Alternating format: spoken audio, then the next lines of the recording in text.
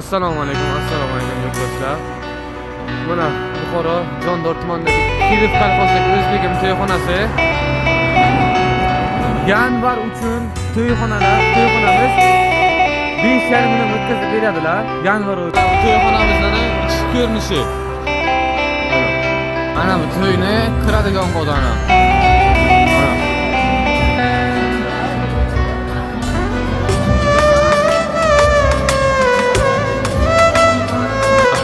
To'yxonaning sahna ko'rinishi bu.